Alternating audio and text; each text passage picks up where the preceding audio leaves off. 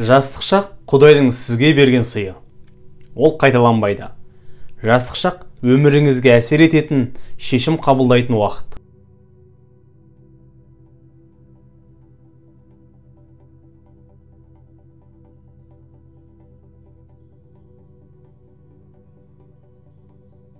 Құпияларыңызды жасырын ұстауға тырысыңыз.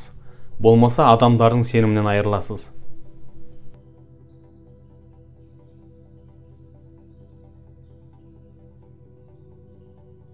Басқалардың үмітін жерге таптамаңыз. Мүмкін оларда одан басқа түгі жоқ шығар.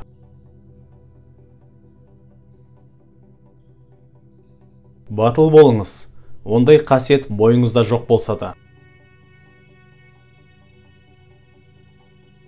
Біреуді кекетіп мұқатудан сақ болыңыз.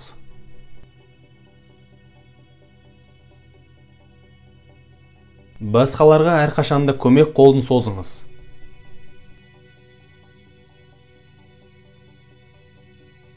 Дос таңдауда қателеспеңіз.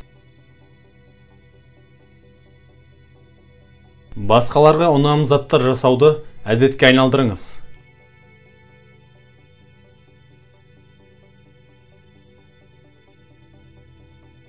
Балаларымен ойын ойнағанда, оларға жеңуге де мүмкіндік беріңіз. Көп уайымға берілмеңіз, өзіңізді бос ұстаңыз. Телефонға маңызды сәттерді бөлуге жол бермеңіз.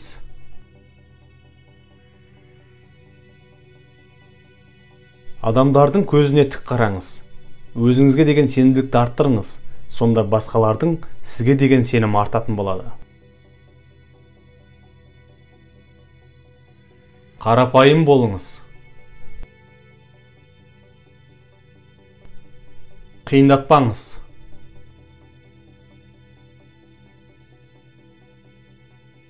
Қолда барды қадірлеңіз.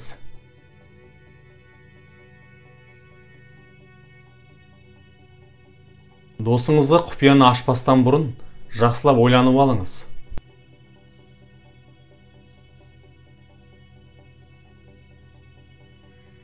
Жеңілісті көтере біліңіз. Өміріңізді осылай сүріңіз. Сіздің қабіріңізде еш өкінішсіз деген сөз жазылып тұратындай.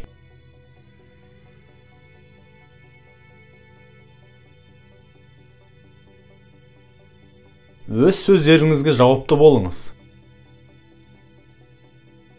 Басқалардың сіз үшін шешім қабылдауына жол бермеңіз.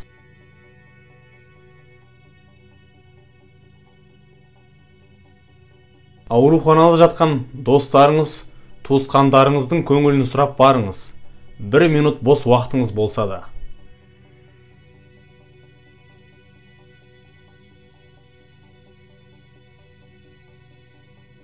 Телефон қоңырауларына жайдары дауыспен, үлкен көтеріңкі көңіл күймен жауап қатыңыз.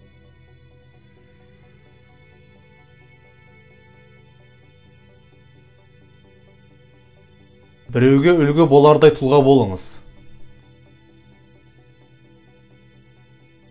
Тек махаббатпен үйленіңіз. Біреудің үйінде ас ішіп отқанда тамағын мақтаңыз.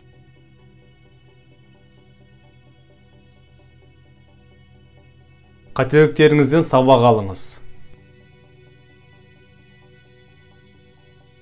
Өмірден әділдік күтпеңіз.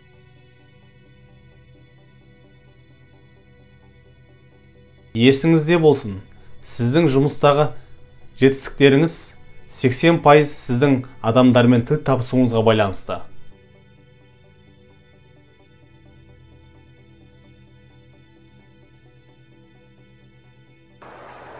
Бетіңізге күліп, артыңыздан жамандайтын адамдардан аулақ болыңыз. Біреуге сеніп, ешқашан жоспар құрмаңыз.